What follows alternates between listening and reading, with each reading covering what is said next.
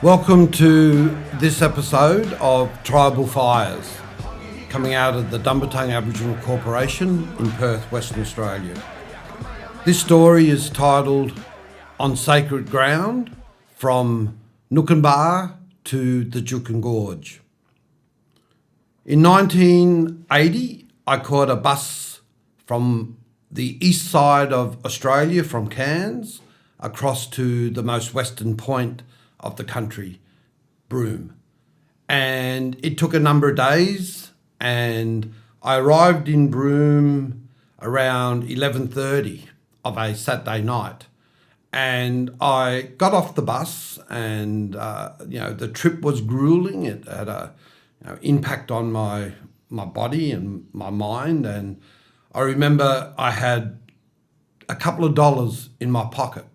It was again late at night, and the hotel had just closed because I could hear some people in the distance. And I remember seeing just some lights, and obviously knew they were the lights of the pub.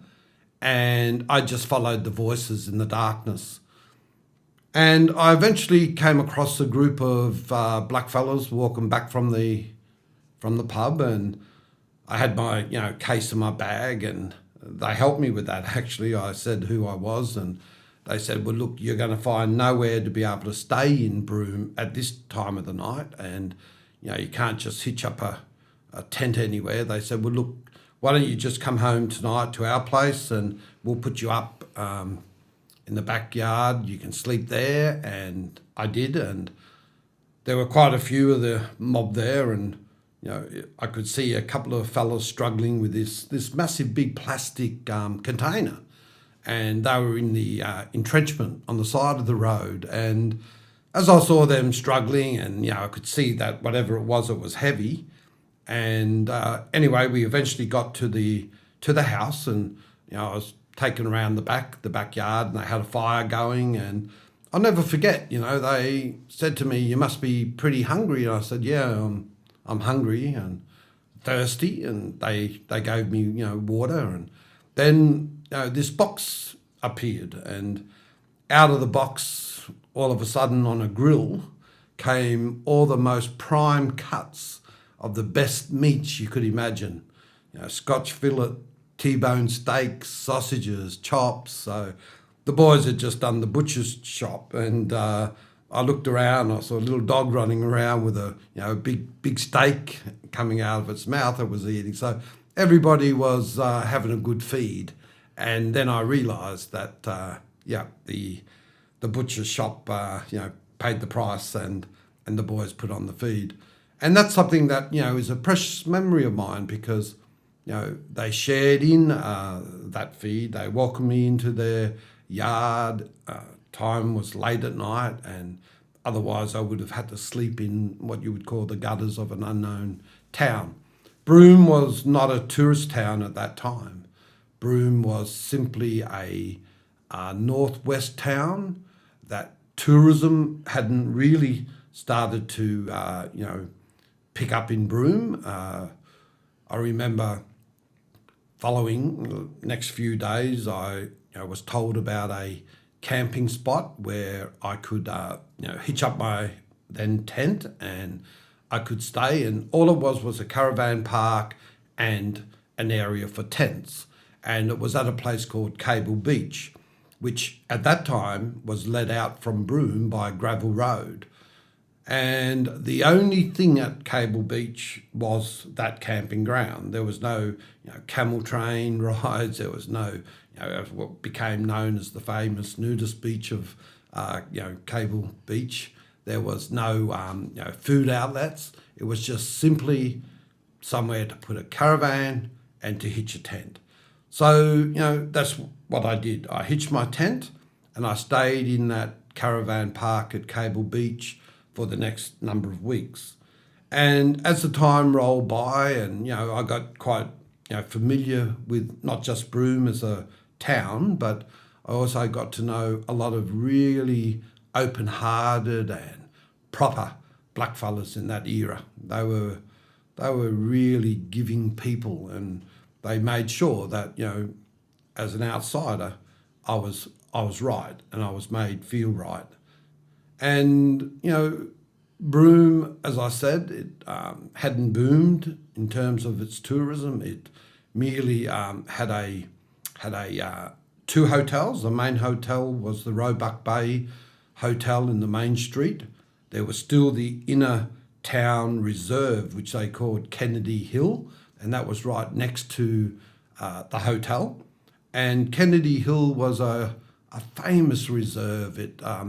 That's where all the blackfellas lived in shanty shacks and under shelter.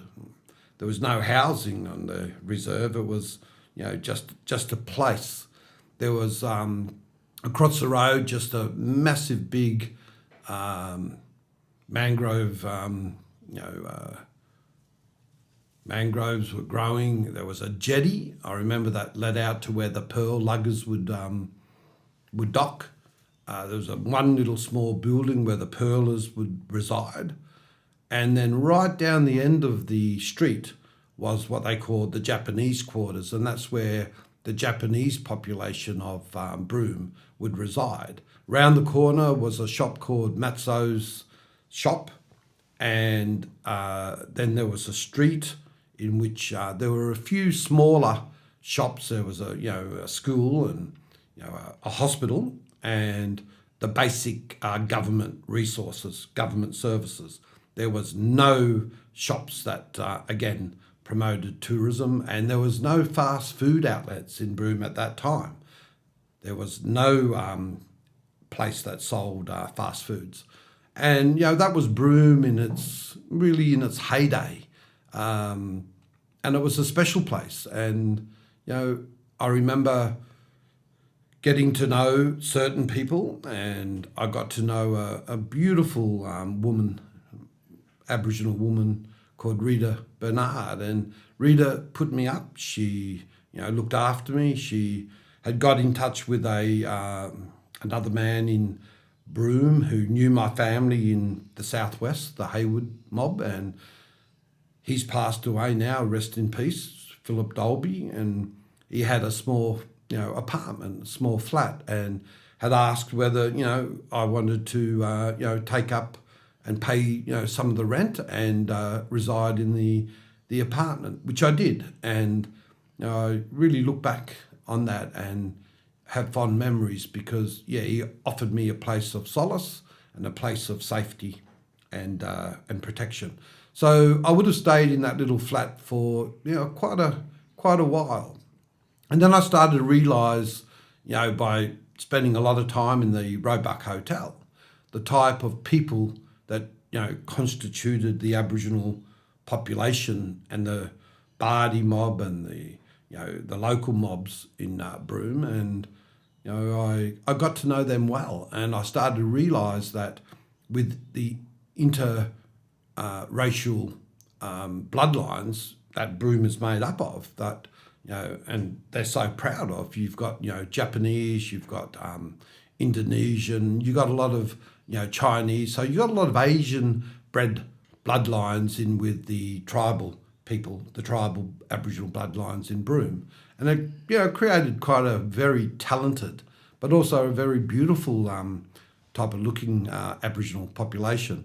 And I remember the Pigram brothers, they were really just starting out regarding their music, and they went on to become worldwide known musicians really in terms of Aboriginal music. But in one particular time, I met with the great Jimmy Chai.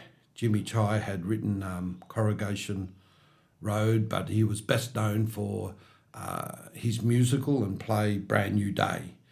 And, he also, suffered, a number of mental health issues. And, I would sit with Jimmy Chai for hours and hours out on the front veranda of the old Roebuck Bay Hotel, and we would talk about many things, many stories we would yarn about. He was interested in my life. I spent my years in Sydney, and he wanted to know what the eastern states was like, and of course I too wanted to know what his life was like in terms of he was educated in the southwest here and then went back up to Broome.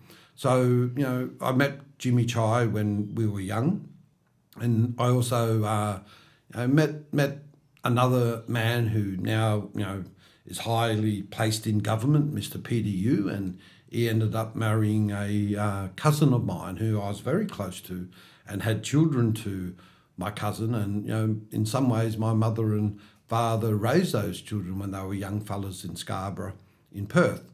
So the connections were, starting to be recognised. And I think that's important in terms of our people and our communities, is once we start talking and we start, joining the dots and the links, we start to understand that, we do have connections. And so I started to find them in Broome, and the connections in Broome for me had become one of the most profound experiences in my life.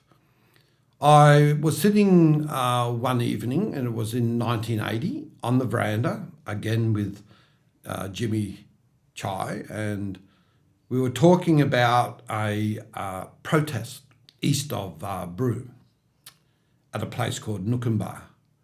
And Peter Yu came up, and he was also talking to us about the building up of the protest and what was happening. And they started then to say that, there was a lot of media that was starting to gather in Broome, and, this story started to become internationally focused on. And it was important because it was a massive land rights stance. It was a right in which the old people, the elders of Noonkanbah, rallied together to protect the sacredness of their ground. And, being young, I had never been to a protest ever in my life or a rally. And, I was conjuring up all these images in my mind, what it would be like, out there at the community. And all of a sudden, we saw a lot of white people walk into the pub in suits. And, I said to Peter Yu, who are those mob? They, look like detectives, officers. And he said, no, Rob, he said, that's the media. They're all from Channel 7, Channel 10, 9, the ABC was there. And there was also the BBC. So there was international media in Broome. So, this protest started to gather momentum. And there was a bloke called Dickie Skinner from Noonkanbah who had been down to Perth and had spoken to the government, and in particular to the unions, about what was happening at Noonkanbah and the support that they needed in relationship to stopping the destruction of a very, very sacred ground that was called the Goanna Dreaming site. And, Charles Court was the Premier at the time, the father of Richard Court, and they both followed each other in terms of being premiers of the state. So as we spoke and talked, and, Peter Yu said to me, look, Rob, in a couple of days' time, the trucks will be moving in through what they call the T-junction. The T-junction is where the main highway from Perth that leads all the way through and up to Broome becomes a T-junction. So in turning left, you go through into Broome, and by turning right, you go into the East Kimberley. So you go through towns like Derby, Horse Creek, through to Kununurra and towns as such. But, you break off in that journey and you hit gravel and you go in through to Noonkanbah and other remote Aboriginal communities. And they said to me, look, in a couple of days, we're going to go out, Rob, to the T-junction where the trucks will be coming through, and all the local mob in Broome here. And we've called in other people from Derby and, the remote communities in and around Broome to be at the T-junction in protest of the trucks. And I said, well, look, I would really like to and appreciate if I could, come out to the T-junction and, and protest and stand alongside of you mob. And the reason I had that thought was because, again, they looked after me when I got to Broome. They made sure that they was right. They had my back. So this was the least I could do, was to join them in the protest of what was happening at Noonkanbah. So, a couple of days rolled by and I went by car with Jimmy Chai and PDU to the T-junction. And I witnessed one of the most brutal acts, I would say, against a race of people in terms of how this convoy of trucks, we're talking 16, 17, 20-wheeler trucks that were all carrying huge and massive drilling equipment, all different types of, crane structures. So it was a massive convoy. And I remember there was a lot of people gathered. There would have been well over 400 or 500 Aboriginal people and a lot of little children. So, the children were doing what children do. They were, just running sort of all around the roadway and on the side of the road. And I saw the trucks coming in the distance because I saw all their headlights on, and they were, beaming headlights. And you could see how far the convoy went because the lights actually went out of distance. And the first truck, as it approached, I remember, the crowd of protesters, raising their voice in protest about justice, and for the trucks to turn around and go back to where, they had left from, which was obviously Perth. And when I looked into the first truck and into the cabin, I was shocked, because what I saw was not only the truck going just way too fast in the sense of turning right, and all these little kids' lives being put in danger, that, they could have easily been under the truck's wheels at any time. And the first truck approached, I looked into the cabin and I saw the driver. And the driver had a plastic, one of those old clown masks on, and had the fuzzy sort of green hair and the big red lips, and the proper old clown's mask that we used to see at the old show or circuses. And then the second truck came, and same thing. The driver was wearing a clown's mask, and so there, the third, fourth, right through to the very last truck of the convoy, all the drivers had these clown masks on. And I thought to myself, well, one of two things. They obviously were under disguise. They didn't want their face to seen, because they knew they were doing a barbaric act against Aboriginal people, but particularly our culture, by taking the drilling equipment into Noonkanbah. And also the fact that, wearing clowns' masks, they were basically making a statement that, as far as they were concerned, they didn't care less. And, laughed about it, because that's what a clown does in a circus. It makes you laugh. It entertains you in the strangest of ways. So all the drivers had these clown masks on. And right through to the last truck, I would say it was just by the grace of the will of the universe that not one child was hurt, nor anyone, injured, because, there was no slowing down. These trucks hurtled through to Noonkanbah. And after the last truck had, driven in and around, we obviously, talked a bit out at the T-junction, and, the disappointment. And, there was media everywhere. All their cameras were set up. So, Channel 9 and Channel 7 and 10 and the BBC, they all took footage of the convoy. And the convoy was actually set up and coordinated at Midland Brick in Midland, down here in Perth. It left from Midland Brick. So the last three trucks of the convoy carried a massive amount of bricks, house bricks. And at the time, for Charles Court to get the, some form of tick, if you like, by a senior Aboriginal person that would support the convoy and support the drilling of the sacred site, the then chairperson of the Aboriginal Lands Trust, who was also the chairperson of the Museum's Cultural Materials Committee, stated publicly in the paper and on the news that where the proposed drilling of AMAX, which was the company, was to take place, was not a sacred site. And that devastated us as Aboriginal people, because of course it was a senior man to whom had a lot of respect in our community at that time and right through to his death. But not many people knew that he had given the the tick or the green light for that drilling to go ahead.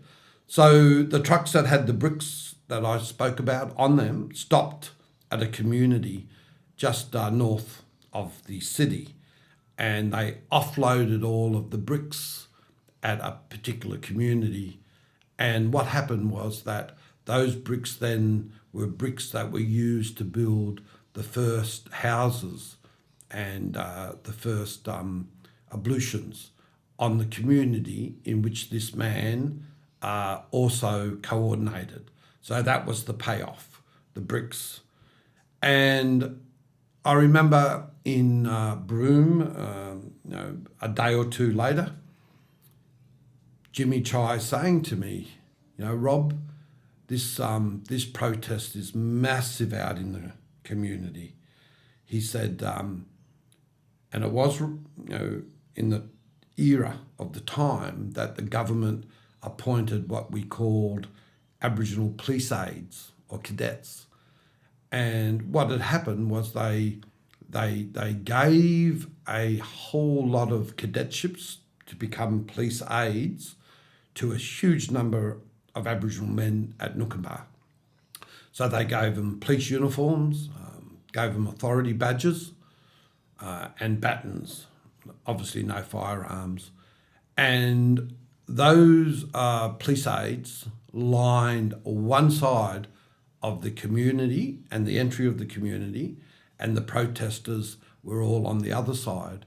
And the sad thing was that,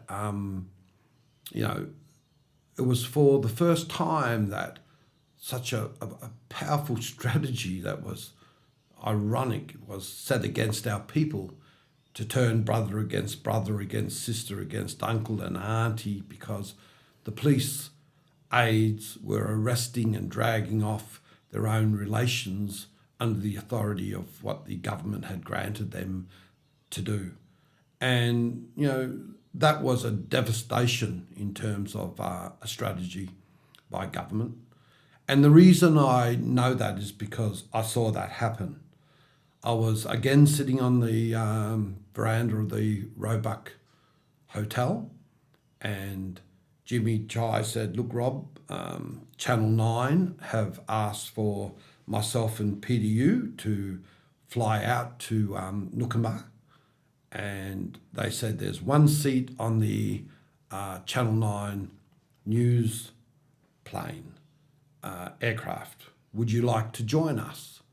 And I said, well, I've come this far. I thought to myself, I said to Jimmy Chai, yes, I'd love to come out to Noonkanbah and join you in the protest out on the community. So I ventured and I got my things ready for whatever I needed to. And I then boarded the Channel 9 light aircraft, the media aircraft. And no sooner I was in the air on my way to the Noonkanbah protest. And this protest was the first time I ever raised my clenched fist in the air. And there were many one-finger salutes happening at the trucks and the issue dealing with what happened that was happening at Noonkanbah. So by that aircraft and that chance and possibility, I think led me on to my life's work in terms of Dumbartung and our street rallies and protests. So, we boarded the Channel 9 aircraft and we went out to Noonkanbah. Aboriginal people have always fought hard to live on and control their land. One such struggle was at Noonkanbah in Western Australia in 1980. It took the multinational mining company AMAX, supported by the Court Liberal state government, 2 years before they could drill for oil on sacred land. While drilling eventually proceeded, the fight of the local Aboriginal people inspired broad community support and raised Australia's treatment of Aboriginal people on the international stage. But in March 1978, a letter arrived from AMAX informing the community of their intentions to drill for oil on their land. WA was in the middle of a resources boom, and by May 1978, there had been 497 mineral claims pegged out on Noonkanbah. The community met and decided they would resist all attempts to drill. They had already had bad experiences with mining company CRA tramping across their property, disturbing burial sites and removing sacred ceremonial objects. One of their leaders, Dickie Skinner, went to Perth with a petition. These people have already made the place no good with their bulldozers. Our sacred places they have made no good. They messed up our land. They exposed our sacred objects. Today we beg that you truly stop them. Skinner's visit to Perth received much media attention, and while there he addressed the WA Trades and Labour Council, which passed a resolution in support. Court, however, had built his career by championing the resources industry and was an ardent opponent of land rights. The Aboriginal citizens of this state do not need land rights, he declared. They need the support of assistance they are getting now. Court refused to acknowledge an anthropological report that found the whole area had spiritual significance for the Yunnangora. He also dismissed a letter written by the Yunnangora demanding the government recognise us as the real owners of the land, claiming it was the view of interfering outsiders.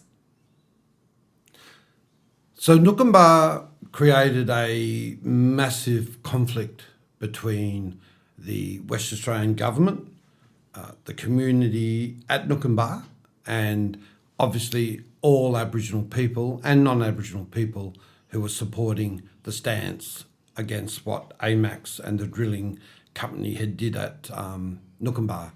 They went ahead with the drill, and I remember at Noonkanbah had started to, in a lot of ways, create its own spiritual and physical momentum in relationship to the protest, and by this time there were hundreds of Aboriginal people who had gathered from varying and different remote Aboriginal communities and from townships that had made their way to Noonkanbah.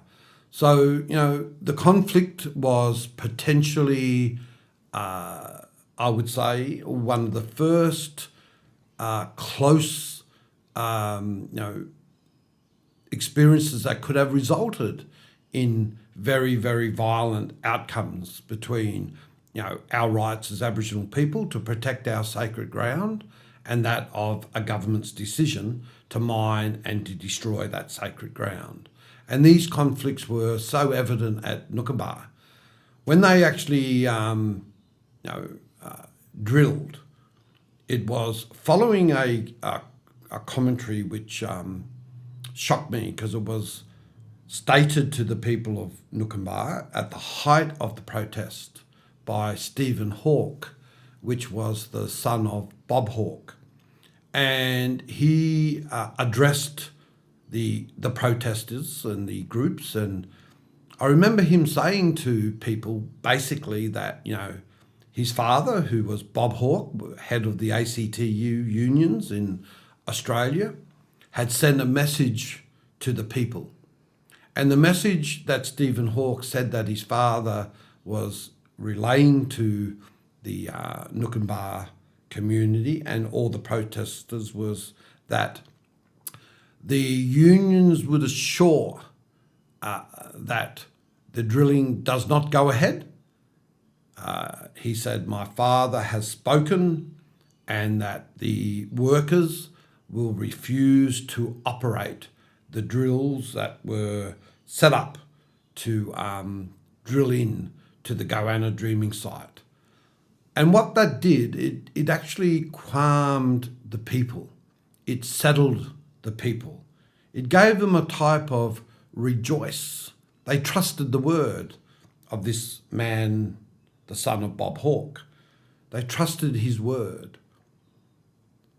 And it then put the protest onto a complete different level. It pacified the protest. And the sad thing about that was that 2 weeks later, after Stephen Hawke had, stated that comment, the AMAX drill smashed through the sacred site of the Goanna Dreaming in Noonkanbah, smashed the mounds in which the site was part of, and the people's spiritualism, they're linked to that sacred cultural site, and all that was part of their culture, their spiritualism was smashed in one hit by AMAX. And it was an explorationary drill. It meant that they were drilling just to see whether oil existed under that site. And to this day, oil had never been taken from the site. So, it broke the back of the people of Noonkanbah really forever.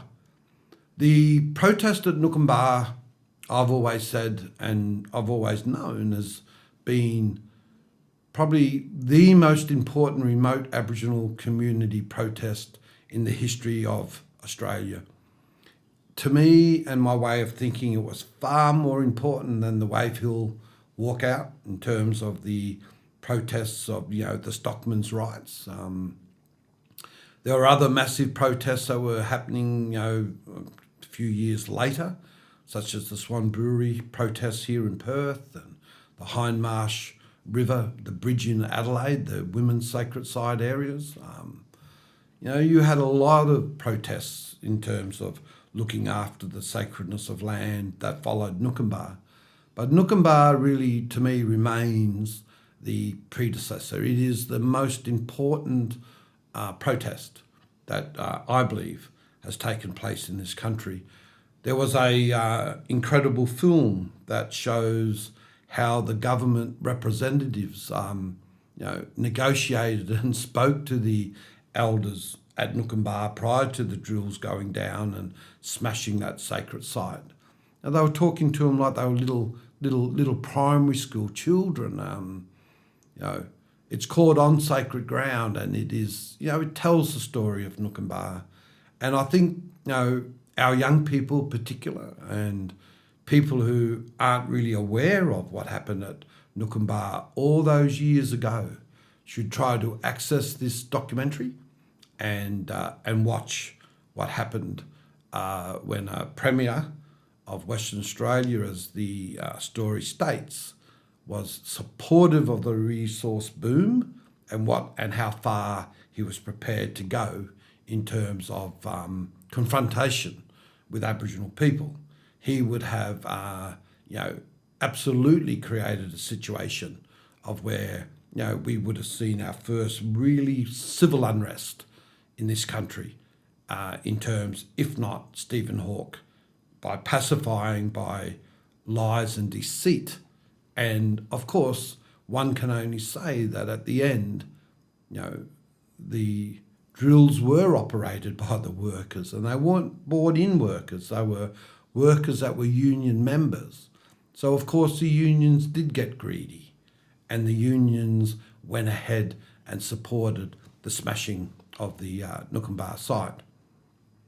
So, I remember then, of course, leaving Noonkanbah and going back to Broome. There was a sense of defeat. There was a sense of great sorrow, a loss of culture, loss of heritage, trying to protect something that, is extremely ancient, not only had, cultural significance to the Aboriginal people of Noonkanbah, but had, anthropological and archaeological importance to the the whole of humanity, because we're talking about sites that are older in terms of their significance than any sites anywhere on the planet.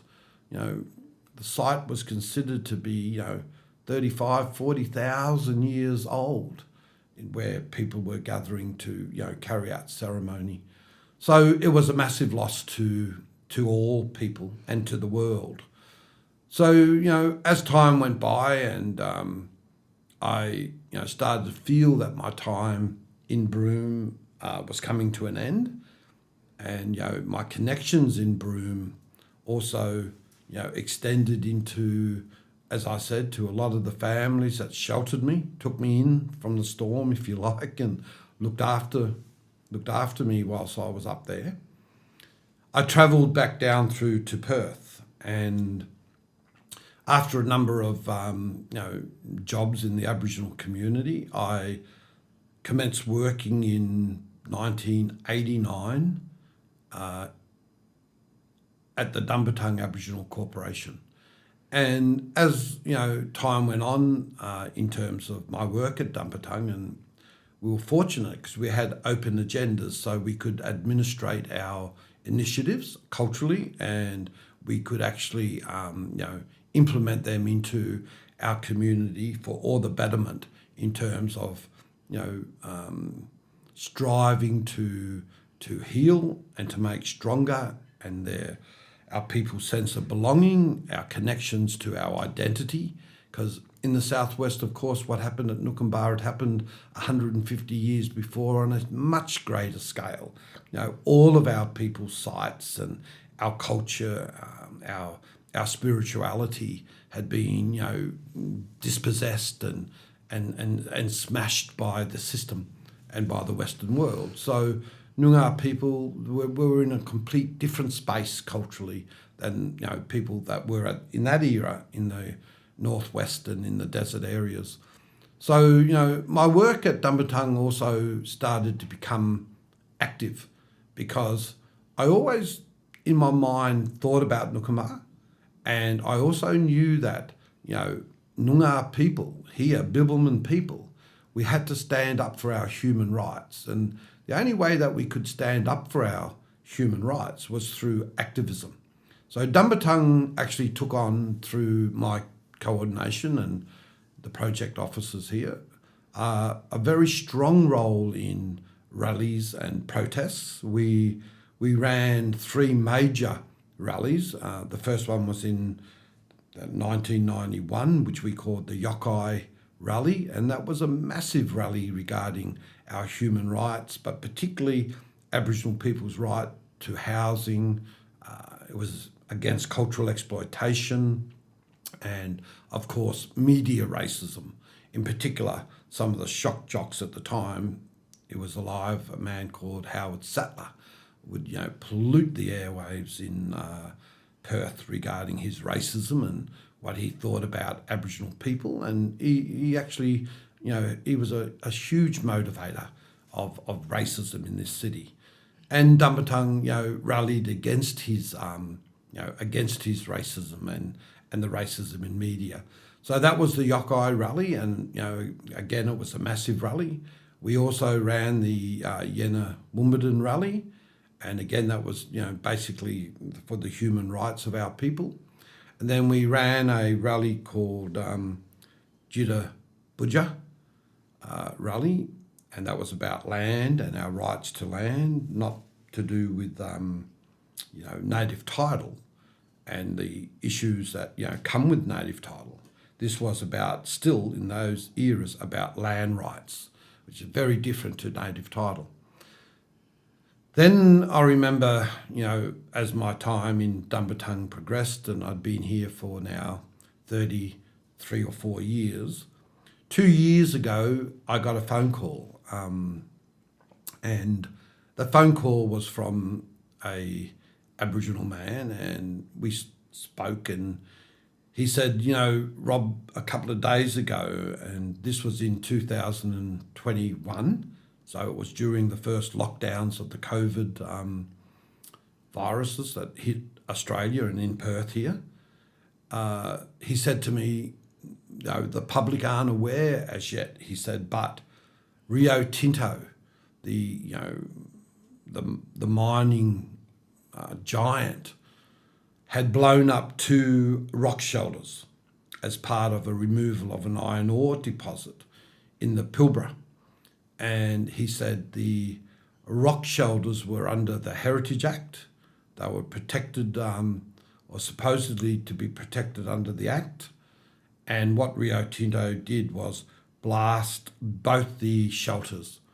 And one shelter had evidence, they had found implements and removed them, which were over 28,000 years old, which were kangaroo bones that were used to scrape back and to remove meat from skin and carve implements. And in the other rock shelter, they had found a fossilised imprints of a fire pit and 6 fossilised shapes of Aboriginal people sitting around the fire pit. So they found remnants in the ashes of the cave shelter, wood, and of course kangaroo meat. So what they archaeologically put together through scientific evidence was that 46,000 years ago, I would say 46,000 years ago, a family of Aboriginal people sat around that campfire in that shelter and ate a kangaroo meal together. And in one hit of a detonation button, Rio Tinto blew that away forever. So he said to me, look, Rob, you've run all these rallies, you've been active in terms of the human rights of Aboriginal people. We're not sure what the elders are going to do up there in the Juukan Gorge. That's where the shelters were. He said, but look, somebody needs to raise the consciousness publicly of what's happened at Juukan Gorge. He said, and the only person that we see or organisation that we see that's capable of that is Dumbartung. What do you think? I said, well, I'll look more into it and I'll come back to you. And I did. And at first it was a pretty eerie thought, in terms of, how to deal with this issue. The caves were blown apart. Rio Tinto is it's a huge mining giant worldwide.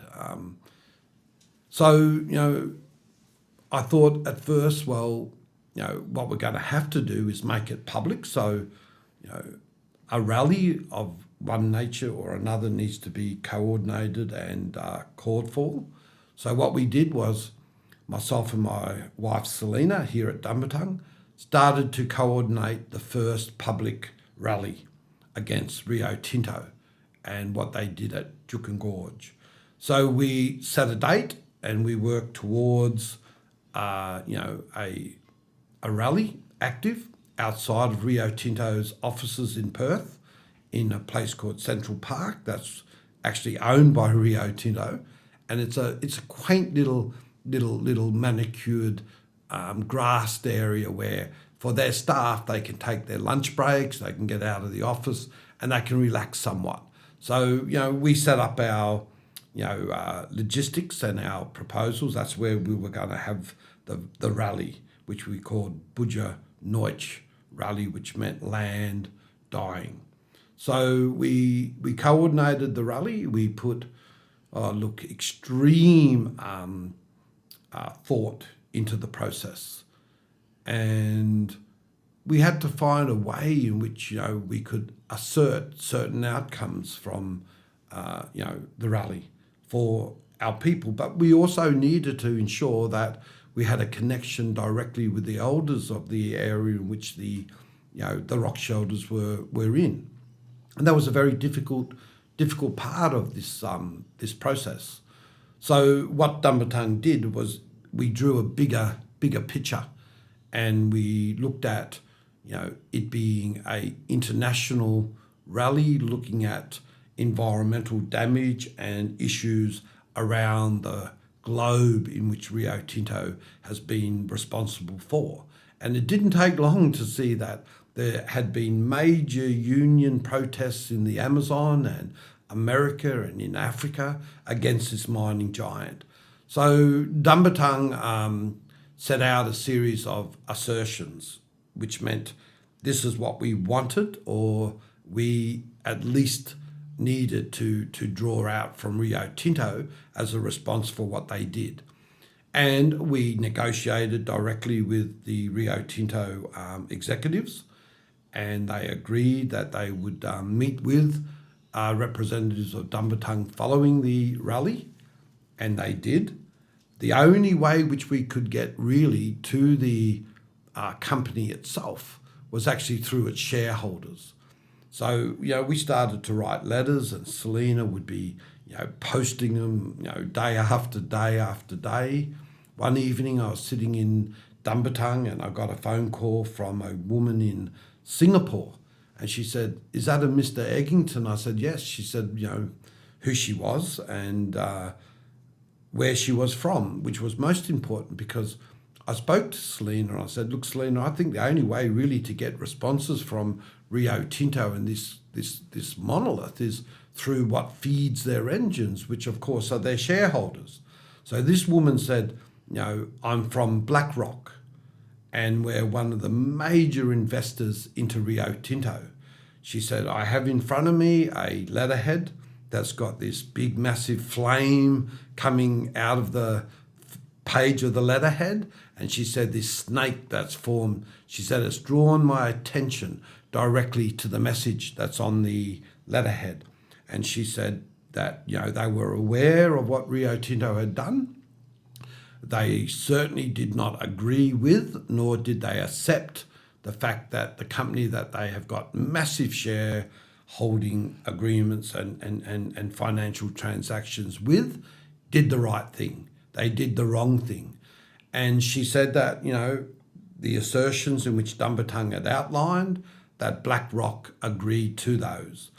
And to understand this one particular company, you got to put it into a perspective. They generate 3.8 trillion American dollars as a profit per year. So everything you would touch in your normal day-to-day life has got some formal connection with this company, BlackRock. Everything from which you cook your food with, you walk with, everything in your house, in your office, has somehow connected to this one company called BlackRock. Another was China Aluminium, which is another $1 trillion company. There were responses from China Aluminium, and of course Aberdeen superannuation. So Dumbartung started to put the pressure on the shareholders. And the assertions in which Dumbartung put down, and we did this as close as we could do with the traditional owners, they had and were dealing with it their own way anyway, was that Dumbartung called for the immediate termination of the international chairperson of Rio Tinto, Jacques, and also the national chairperson who was situated in Perth here, Mr. Chris Salisbury, and also a public affairs officer. We called for a buffer zone to be put around the destroyed site so that there couldn't be any other further destruction, if you could create any further destruction to it. to keep Rio Tinto and other companies away from it, and how the elders would deal with that. But one of the assertions we called for, some might call tripe politics, but I think it was important. It was for Rio Tinto to, on the eve of the recognised United Nations Day for Indigenous Peoples Worldwide, which was the 12th of August, was for Rio Tinto to, at 6:30 in the evening, to turn off their massive big red neon sign above their building in Perth. The Rio Tinto building is one of Perth's tallest skyscrapers, extremely visible from a sacred site of our old Whadjuk people called Katagara, commonly known as Kings Park. So we gathered up in Kings Park on the eve of the recognised Indigenous Peoples Day, and we had set up the connection for our community and contacts, and a number of people gathered. Unfortunately, not as many as one would have liked to have seen, but there were Aboriginal people there. And as time went on and it got darker and we were up there at Kings Park, Katagara, came 6:30 on the dot, all of the three sides of the big massive building of Rio Tinto, all the lights went out and the building stood in darkness. And what that represented to us, and turning off these huge neon signs on top of these buildings isn't as easy as just turning on a light switch inside your house to turn on the lights in a room, etc. They had the Metropolitan Perth Fire Brigade, there were pyrotechnicians, there were emergency services, because to turn these huge lights on and off, it had massive implications. The logistics were pretty incredible. But what it did, by putting itself into darkness, we made a statement that in that darkness laid the shame of what Rio Tinto had done, not only to the Aboriginal cultural heritage of Juukan Gorge, but the shame of what they have done to Aboriginal people and Indigenous people worldwide. And it was a statement. And the statement is what was important. It's become a very historical point in the time of our people. I believe will be in the time to come in the future, will be something that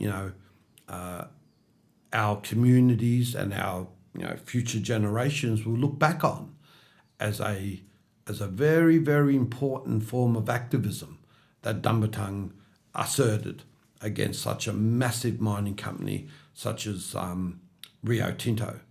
Following Dumbartung's activism, of course, due to the lockdowns of COVID when they were lifted, the bandwagons, of course, were created, and many Aboriginal academics, elite black academics and other academics, they all jumped on the issue, and there was a parliamentary national inquiry called, which Senator Pat Dodson led. And of course, they looked at what happened. Dumbartung also called for the direct termination of the then State Minister for Aboriginal Affairs and Treasurer Ben Wyatt, and the Federal Minister for Aboriginal Affairs, Ken Wyatt, both Aboriginal men. And the reason we called for their terminations was because they knew that those blasts were going to take place before the blasts happened. And the Federal Minister, Ken Wyatt, passed the issue of Juukan Gorge and what happened up there from the portfolio of Aboriginal Affairs to the portfolio of the environment under Susan Lay, who is a non-Aboriginal woman. And of course, Ben Wyatt crawled out from it by other means. But both those men should have been terminated and, held in disgrace by our communities for what they had done. And it's sad, but it must be said now that Ben Wyatt has left his position in government here. He's now a board member of Rio TInto and Woodside. So, he's making money out of the government through his representation, and of course money straight from the mining giants that created this problem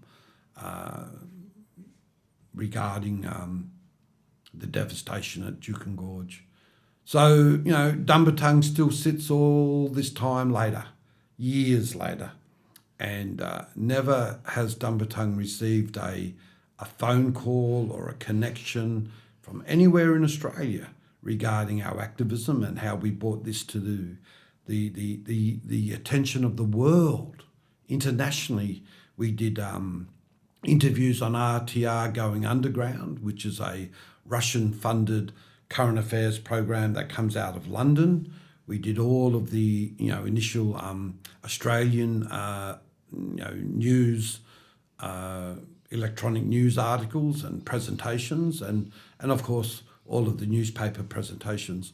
So the sad fact is, as I'm saying, is that when the dust settled and those that took the grace of talking about Juukan Gorge and what happened, they didn't really realise the manifestos in which Dumbartung created to get to the highest levels of Rio Tinto, which was through their shareholders. I want to make a point of that because I think that when you look at making changes for our people in terms of our human rights, but to protect our heritage and our culture, I think that native title doesn't cut it for the protection of our land. It's more based on the commerce, or the ilwas they call it, what you can get through royalties. So you're giving your value to your land in terms of the same sorts of values as the Western world does. You start to look at how much land is worth in terms of monetary or financial gain. And I think as Aboriginal people, when we start to look at our land, we call our mother, our culture is linked to our identity through our budja, the same name that we use here in the southwest for the land, which is budja, is the same word near we use for when a woman is carrying fetuses when she's pregnant. We call her, she's budjari. So that connection to the land spiritually is really, really important. And native title, it sort of cuts across that and creates our land into a capitalistic commodity, which you can, and how to make money from. Land rights is a very different concept. And when you do follow the value of how much your land is worth in terms of money, you then become a stranger unto its spirit and its spirituality. And, our earth, our land, our mother, she's worth fighting for. She's worth preserving, and she's certainly worth dying for. So our fight as Indigenous peoples right around the world must continue and become more active and stronger in looking after and protecting what's left of the sacredness of our earth and our connection to the earth. So, over the years, Dumbartung has shared in the relationships with a lot of very, very senior Aboriginal law people that have represented major organisations culturally across this country, from the Nananjara and the Pintinjara women in the central desert areas of Australia, CALAC, which is the Kimberley Aboriginal Law and Cultural Centre. We've had massive connections for a long, long time with those organisations that represent looking after their cultural needs and stances with land and the issues of land.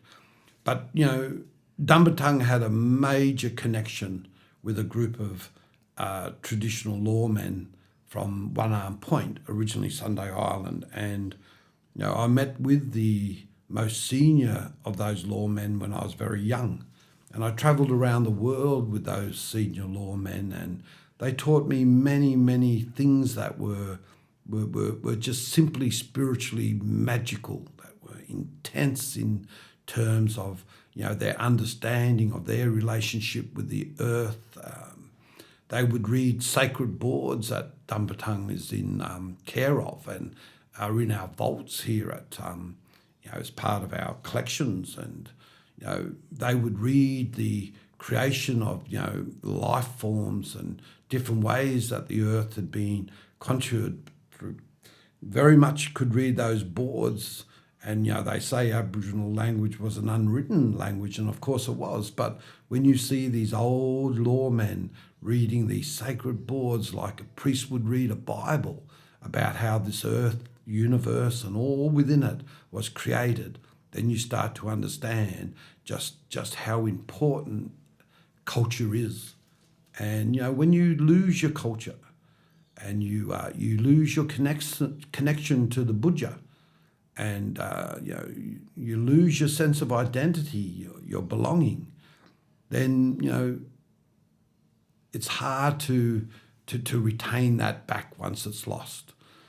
So I want to, I suppose, end this this story by giving tributes to the following lawmen and women in which Dumbartung has been so closely linked to, that had nursed my and Selena's babies when they were young, our kids when they were young, when they were babies.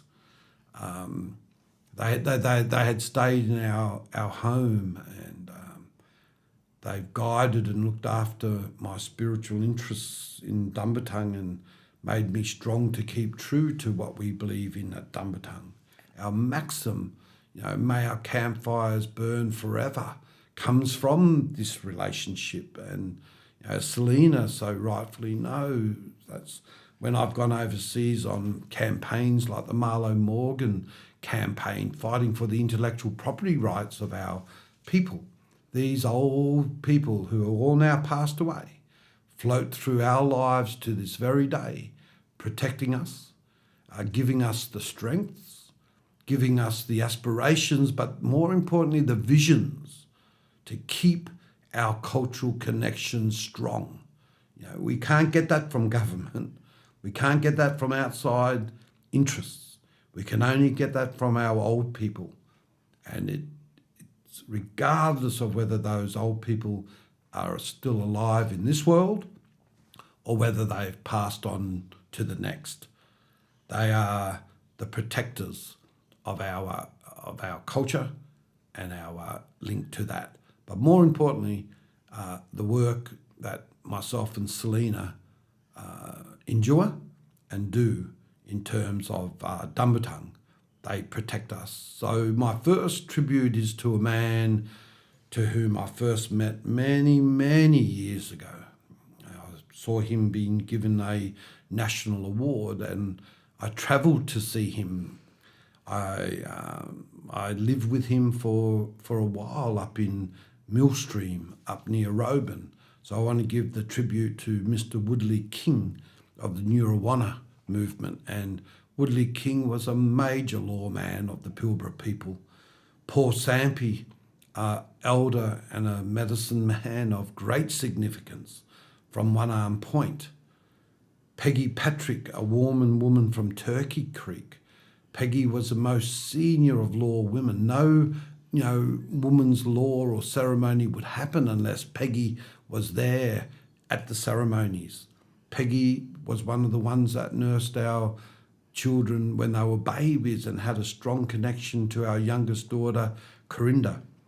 Billy R. Chu, who dreamed the Ilma of Little Wigan, and that Ilma, that corroboree, was performed to Noongar people for the first time by the Bardi mob way back in 1983 when, I brought them down to Perth and they went into the prisons and performed for our mobs down here, performed at the two Kayana festivals in Perth. So, their tribute is strong from Dumbartung. Nugget and Harry Johnson from the Luma community. Luma is one of the most important communities in this country. It's where the sea and the land laws cross, and Luma is important in terms of its community and its position to our culture, as is Parliament House to Western politics. So Nugget and Harry Johnson again stayed at our home.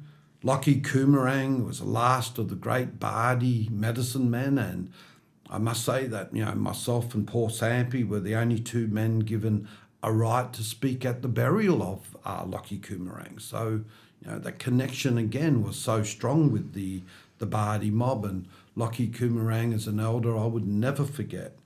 But my very special tribute today, my very special tribute and recognition, and my heart bleeds for this man. He taught me everything I knew, my honour, my knowledge, my connection to the spirit world and our culture.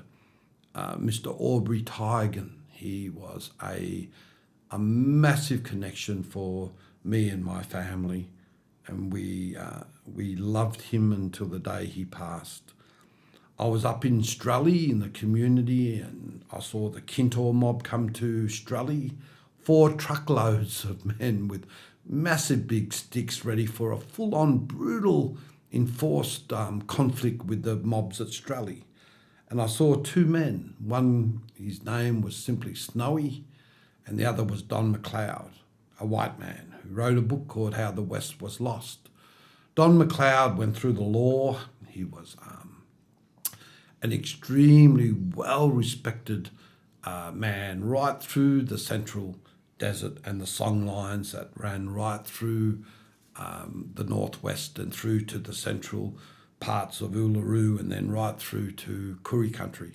So, Don McLeod was a very strong man, and I saw him with just 3 movements of his hand disengage the potential conflict with the Kintor mob, and all the trucks turned around and just drove off. Not a word spoken, just a movement of their hand.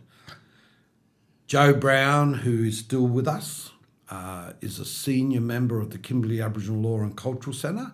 Joe Brown came down with a group of senior Aboriginal lawmen when Dumbartung repatriated over 40 sacred objects from overseas institutions and local, museums, and they all gathered, and Joe was only young at the time, and myself and all these senior lawmen that did come down, and they took the majority of those objects back to the northeast Kimberley area and Jigalong and out that way. They sang their songs all the way back to where they had come in from. So Joe Brown is now a very senior lawman up in Kalak, and he still lives. So with that, I give my respect tributes to Joe.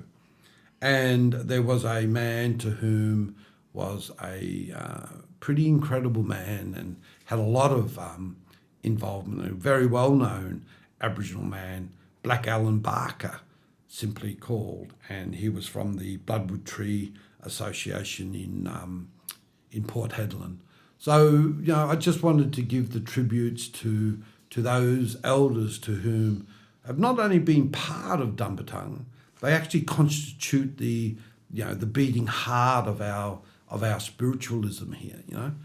Dumbartung has fought for the rights of our culture to be, what our culture is supposed to be in the proper way with our customary cultural law. We hold our culture and our links with the cultural bosses, those that are still transmitting out in the deserts as we talk now, the Tamanai and the Belgo communities. They're transmitting that cultural, that secret knowledge from one generation to another. Their connections with Dumbartung still remains extremely connected and strong. And that's the very nature and connections that keep and will keep our campfires burning forever. In memory of the great Bardi elders, the people of the pearl shell and totems of the great shark and sea eagle, protecting the Marlow Morgan campaign's spearhead with the strength of the ancient Ilma, keeping safe the campaign from the many attempts that sought to destroy the heart of what has become the most intense spiritual warfare to protect the sacredness of the oldest living culture on the planet. Robert Eggington, 2020. May our campfires burn forever.